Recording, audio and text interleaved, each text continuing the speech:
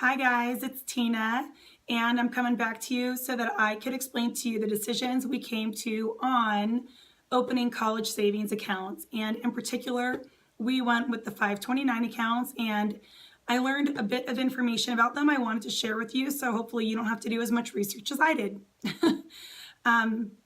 So first and foremost, I would let you know that there are two types of college savings accounts that are often discussed. There's the 529 accounts and then also the education savings accounts. We decided to go with the 529 accounts, even though there is benefit to an education savings account. Pretty much I didn't research it in full once I realized there was a $2,000 per year limit on the education savings account. And then also once I realized that all the monies must be spent for the beneficiary by the time they turn 30.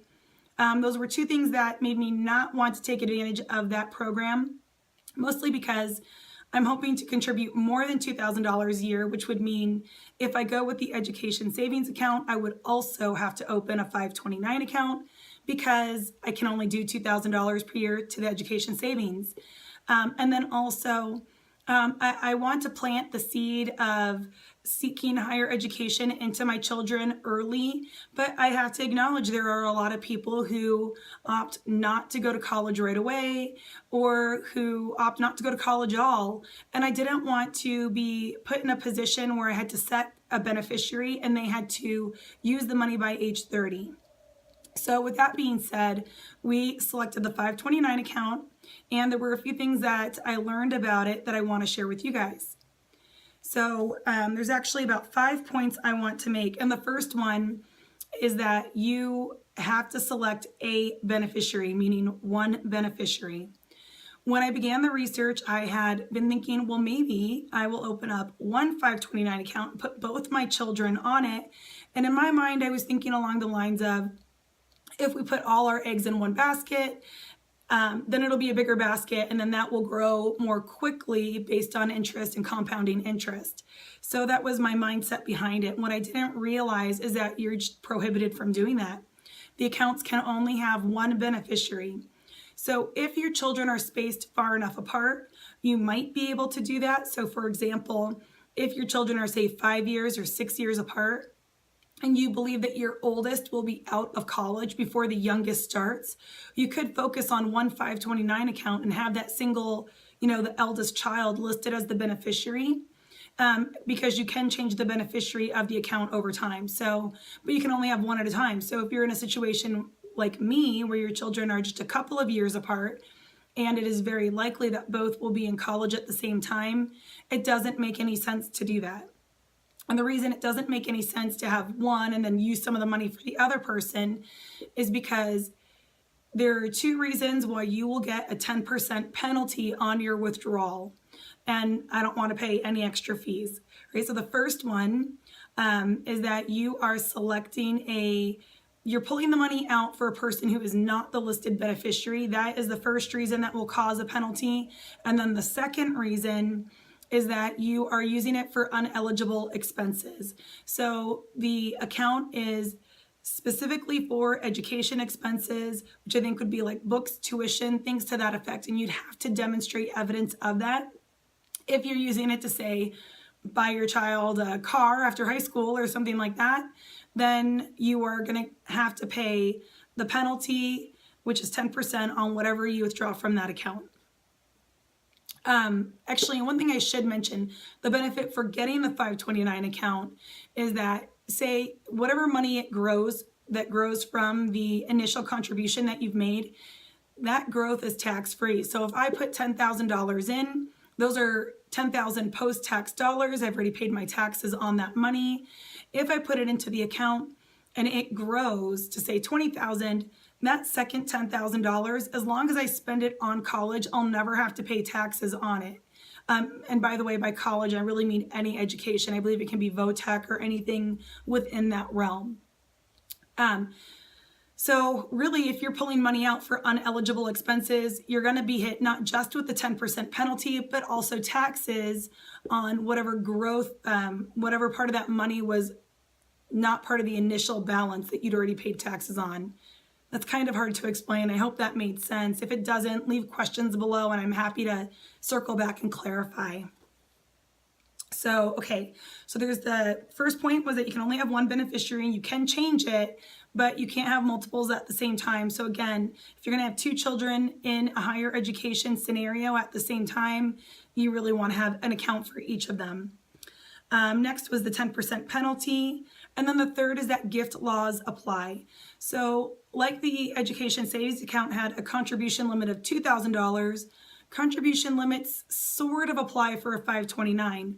Essentially, if you don't want to have your child pay taxes on the money because it was a gift above and beyond what the law permits for them not to have to pay taxes, you need to set a contribution limit for whatever the gift law currently states applies. I know right now it's 2017 and I believe it's $14,000. It might be $14,500. I know in 2016 it was $14,000. I think it went up for 2017. So you'll want to research that year by year because it does seem to go up, I think because of inflation. I know the first time I was introduced to the gift law was in 2012 and the limit then was $13,000. So it does change year to year. Just know what that is and then know if you don't want your child to have to pay taxes on it down the road, that you probably want to make that your contribution limit. And then the other thing is that I am the account owner. This was a big misunderstanding for me. So as part of our wealth management, I guess, process my husband and I have, I try to set periodic goals. And now that we are getting close to paying off all of our debts, the only thing remaining is our mortgage. I've come to realize I have to set other types of goals, right? If I want to keep some of that intensity, the gazelle intensity that Dave Ramsey talks about, that's really easy to do when you have a hole you're trying to fill. So you've got this debt you're trying to pay off. Once the debt is paid off, you really should be setting other goals for yourself so that you can maintain some degree of intensity. I don't think you want to stay at the Dave Ramsey beans and rice after you've paid off all your debt by any means, but you probably want to still have something you're working toward. So my husband and I discussed it, and what we've decided to do is set 2 types of goals. Some is going to be savings goals for certain things we want to accomplish, like maybe save to do a renovation on our house. But the other part of it is saving goals just to see our net worth increase. So as I was doing my net worth calculations in the past, any money that we had put toward the 529 account, I wasn't counting that in there because I looked at that like that's my children's money because it's money that I've set aside for them. But truly, according to the law, and if you talk to an accountant, they would tell you, no, that is your money. You are the account owner, and therefore you need to include that in your net worth so that it can be, I don't know, I guess held against you later. I don't know. I'm sure it's for tax reasons, but in any event, that is your money. And so you can, and frankly, you can set who the beneficiary is. You can change it at any time. And if you wanted to, really, you could set yourself as the beneficiary. So the education savings account I had mentioned, you must spend the money by the time the beneficiary is age 30. That is not true for a 529 account. So let's say you're in a situation where your child is, you've been hanging on to it. They're like 30, 35 now, and you realize they are not going to spend this money. If you wanted to go back and, after you retire and what have you, and you just want to go back for some, get that underwater basket weaving degree that you always joked about getting when you were younger, you can still use that money on you. That 529 account could be spent on you as the beneficiary. So just a note there. And then the last comment I wanted to make that surprised me when I researched 529 accounts is that state laws apply. And by that, there are in different states certain vehicles that must be used for your 529 account. So my husband and I had already agreed before we had opened up the accounts that we wanted to do the accounts with Vanguard. That's what we do our personal investment accounts with. And we wanted to like I said, I like to keep things easy for myself. So I wanted to have all of our accounts in one place so that I could do easy online management. And as we called Vanguard to open up the 529 account, they informed us that because we live in Colorado, that was not an option for us.